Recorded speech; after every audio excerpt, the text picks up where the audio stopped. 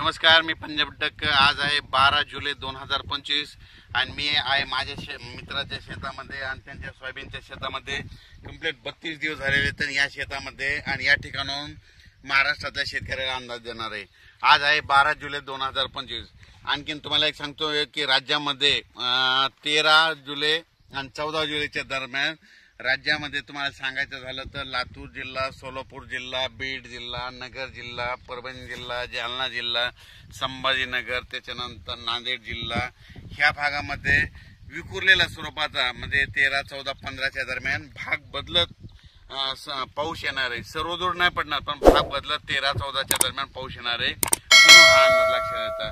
सांगायचं झालं तर राज्यात म्हणजे पूर्व विदर्भामध्ये नागपूर, वर्धा, भंडारा या गोंदिया या पट्ट्यामध्ये आणखीन 2-3 दिवस तिकडल्या भागात पाऊस राहील। पण राज्यात मात्र सर्वदूरचा सध्या तरी पाऊस नाही। पण राज्यात मग तुम्हाला एक सांगू इच्छितो की राज्यामध्ये सध्या तरी विखुरलेल्या स्वरूपाचा भाग बदलत जिथं पडला तिथं अर्ध्या तासाचा, 1 तासाचा, 20 मिनिटाचा, 10 मिनिटाचा असा पाऊस पडणार आहे म्हणून हा अंदाज लक्षात येतो। मग राज्यात मोठा पाऊस कधी येणार आहे तर माझी सगळ्याला विनंती आहे, तुम्ही काय करा, आणखीन 4-5 दिवस आहेत, शेतीचे कामे करून घ्या, फवारण्या करायच्या तर करू शकता, खुरपण करू शकता। कारण की राज्यामध्ये 17-18च्या नंतर काय होणार आहे, तामिळनाडू, आंध्र प्रदेश आणि कर्नाटक या भागामध्ये आतापर्यंत 1-1.5 महिना झाला पाऊस नाही। मग आता तिकडे पाऊस सक्रिय होणार आहे म्हणजे ते 17-18 तारखेपासून तिकडे सक्रिय झाल्याच्या नंतर तो पाऊस मध्ये 18, 19, 20च्या दरम्यान मग परत कोणत्या भागात पडणार आहे की ज्या भागामध्ये पाऊस नाही पडला।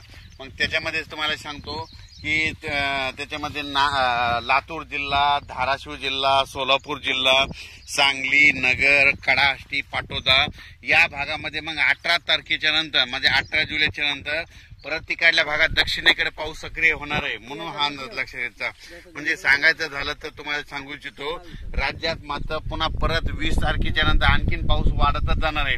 पण 18च्या नंतर काय होणार आहे की जे पट्टा आहे म्हणजे कोणता जे पावसापासून वंचित झालेला आहे, लातूर जिल्हा, बीड जिल्हा, सोलापूर जिल्हा, नगर जिल्ह्याचा काही भाग म्हणजे हे भाग आणि सांगली जतचा काही भाग, पंढरपूर या भागामध्ये तुम्हाला सांगू इच्छितो तुमच्यासाठी खरंच आनंदाची बातमी, 18 जुलैच्या नंतर तुमच्या इकडे पाऊस चांगला सक्रिय होणार आहे।